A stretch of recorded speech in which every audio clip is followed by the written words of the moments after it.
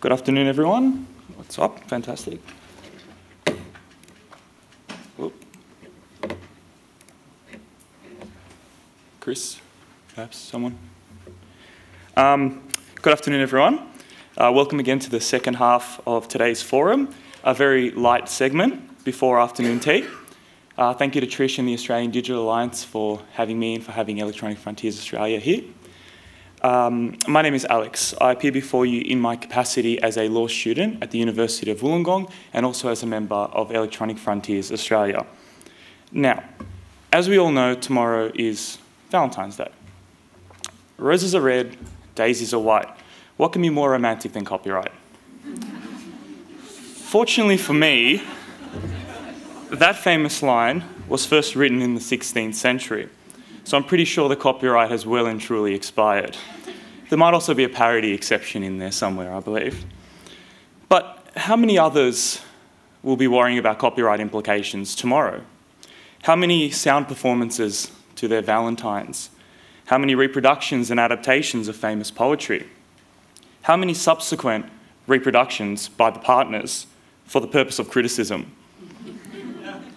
Surely copyright infringement is at the forefront of their minds. Moving away from Valentine's Day, what about how these same people view copyright when they view content online or when they use social media? How much do people really think about copyright? This is the question we posed Sydney-siders last month, and these are the results. Alex here. We're in Sydney today and we're going to find out what people know and don't know about copyright. Do you know what this is? Yes. What is it? The copyright sign. Do you know what this is? Copyright. Obviously it's a copyright sign. Do you know what this is? No. No? Copyright symbol. It's a circle with a C in it, almost a circle. Do you know what it stands for? Copyright. Do you know much about copyright? Not really, only since you stopped me and said, do you want to talk about copyright? Do you know much about copyright? Not really, no. Social media. I use Facebook. I use Facebook, but Instagram mainly, and I'm just getting into Twitter. I use Facebook, Twitter and Instagram. Yeah, I use social media frequently and every day, you know, in the morning when you want to see how's going your friends. Facebook. I just use Facebook basically. So I read Twitter but don't really tweet, and Facebook, and that's all. Oh, and LinkedIn. I'm on LinkedIn for work. I've never really used it. Like there's all, what is it? It's Instagram, Twitter, Facebook. I don't use any of them. Tend to not think too much about Twitter. I really don't need to be involved there, I believe. Do you upload photos? Yes. Yes, I do. And do you share photos? Yes, I share photos. I upload a lot of my own photos. Uploading photos, looking at other people's photos. You upload photos? Yeah, from time to time. Yep. Share photos? Yeah, mainly like travel stuff, I guess. Yeah. Love memes. But if something is of interest and generally humorous, I'll share that. And I do upload my own and status updates. Does anything ever concern you about copyright? Is copyright ever on your mind when you're on social media? Don't even think about it. Do you think about it much at all? Not at all. Not really, no. I don't think about it much. Not really, no. It doesn't cross my mind. I've copied other people's photos before and sort of emailed them on, which I suppose I'm probably doing something wrong there, but I just never really think about it. If you take a really good photo, are you worried about someone using it and claiming it as their own? Not really, no.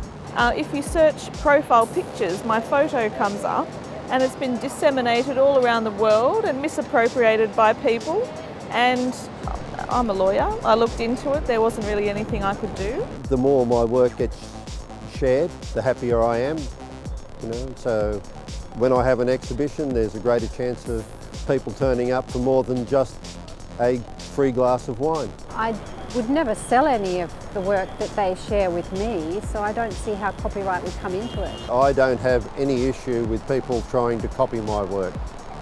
More than happy for them to have a go.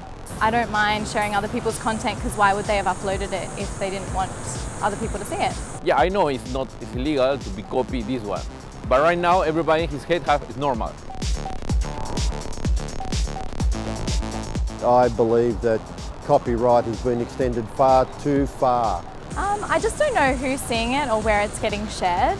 If they use it in a way where it's offensive to people, or, I mean, even then it can be funny, you know what I mean? I think that it's all too easy just to copy someone, or to, you know, when you sell something, sell it on, and the artist doesn't get anything.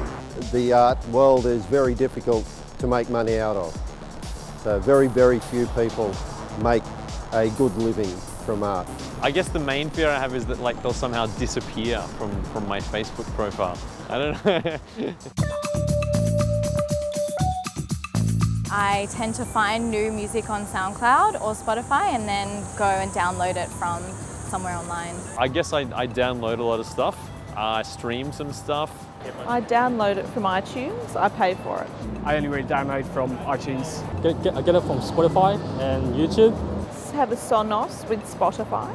Very rarely iTunes. Okay. Almost never. From a CD, I guess, or the radio. The old LPs, I don't listen to music anymore other than a bit on the radio. I don't listen to it through my iPhone or any other online mechanism. And how often, if at all, would you use stuff like iTunes, actually paid services?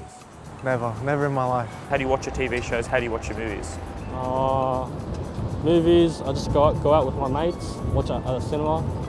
TV shows, I don't really watch TV shows. Same thing as my music, I pirate all of my TV shows and movies. I have Foxtel as well, like my roommate has Foxtel, so I watch them on Foxtel every now and then, but I'm not the kind of person that just sits down and watches TV. TV shows on television. Okay. And movies at the cinema. Foxtel, pay for it. Sometimes if I've missed the beginning of a series, I might get some from iTunes, and then occasionally I might do an illegal download, but I can't do it myself. Someone else will do it for me and give me it on a stick. Pirating, I just pirate everything.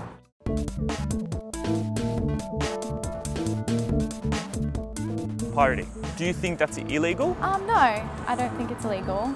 If I did, I probably wouldn't do it as much. It seems like a lot of people do this. I mean, they say it's illegal. The greatest thing about having this like open, or more open, perhaps illegal information kind of sharing is that it's sort of like you're exposed to so much more stuff. And so I think, you know, maybe, you know, in total I've actually kind of made more purchases as a result of being exposed. Do you know of any paid services? I know that you can rent on iTunes and buy on iTunes, and I think maybe Netflix is coming to Australia at some point, but at the moment, for me, it's just easier to download illegally online.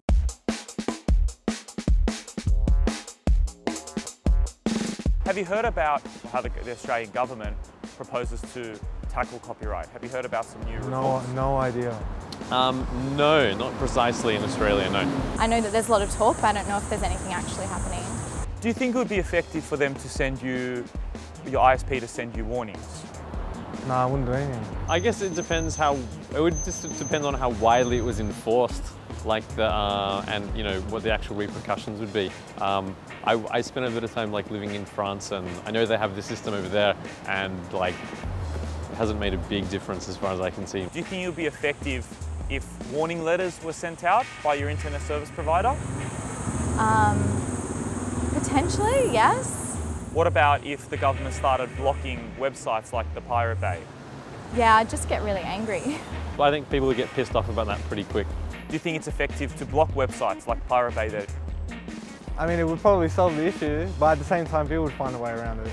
I think probably that if the government really wanted to stop this, the best way would to be kind of to prosecute in a really public way. I would look at other paid options.